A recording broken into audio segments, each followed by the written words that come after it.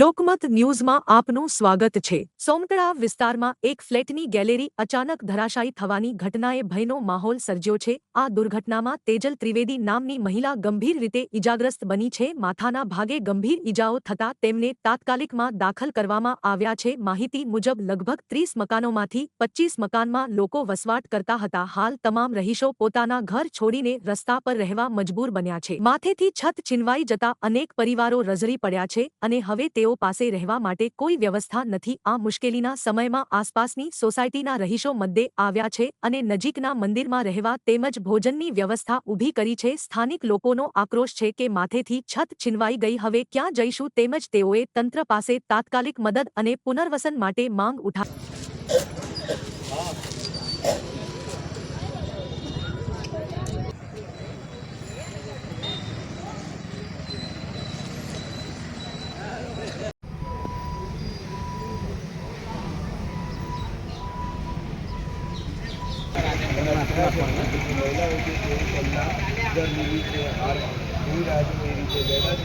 પોણા 9 થી 9ની વચ્ચે આ ઘટના બની હતી અને એ વખતે એટલું જોરથી અવાજ આવ્યો હતો કે અમે બધા ગભરાઈ ગયા હતા અને અમે બહાર નીકળ્યા તો બધું પડી રહ્યું હતું તો ગભરાઈ ગયા અમે લોકો। તો પછી ફટાફટ અમે લોકો નીચે આવ્યા તો બધી ચીસ ને બૂમાબૂમથી બધું જોઈને અમારી હાલત પણ એટલી જ ખરાબ હતી કે અમે શું કરીએ જ ખબર નથી પડતી। ત્યારે એક બેન અંદર દબાઈ ગયા હતા, કોઈ કે 4 વ્યક્તિ દબાયેલા છે, કોઈ કે 2 વ્યક્તિ દબાયેલા છે।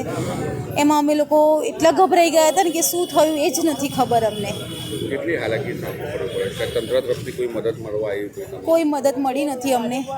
બધા આવ્યા હતા પણ શું વાત થઈ શું નહીં અમને કશું જ ખબર નથી, કારણ કે અમે એ વખતે એટલા ગભરાયેલા હતા કે અમને કંઈ જ ખબર નથી। કોઈ જાતની કંઈ મદદ કે અધિકારી કોઈ જોવા આવ્યું, કંઈ તમને કોઈ સમજાવવા આવ્યું? કોઈ મદદ નથી થઈ પણ અમને મંદિરના જમવાની વ્યવસ્થા કંઈક કરી આપી હતી તો અમે બધા જમ્યા છે મંદિરમાં અને સવારનો નાસ્તો ને એ બધું મળ્યું છે અમને। પણ અત્યારે અમે રોડ પર છે, અમારે કોઈ રહેવાની વ્યવસ્થા નથી, એ પછીની કોઈ જમવાની અત્યારે વ્યવસ્થા છે નહીં। શું રાખશો અપેક્ષા સરકાર તરફથી, તંત્ર તરફથી? અમે તંત્ર તરફથી ઈચ્છા રાખીએ છીએ કે અમને રહેવા ઘરની સામે ઘર મળે તો બહુ સારું છે અને અત્યારે કોઈ થોડી સુવિધા કરી આપે કે રહેવા માટે કે જમવાની કોઈ વ્યવસ્થા કરી આપે તો બહુ સારું, કારણ કે અમારી પાસે અત્યારે કશું જ નથી કપડાં કે નથી અનાજ અને ક્યાં જઈને બનાવીએ, બધું જ ઘરમાં છે અને ઘર સીલ વાગી ગયું છે।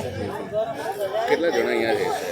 અહીંયા 30 મકાન છે પણ 25 ફેમિલી રહે છે અહીંયા।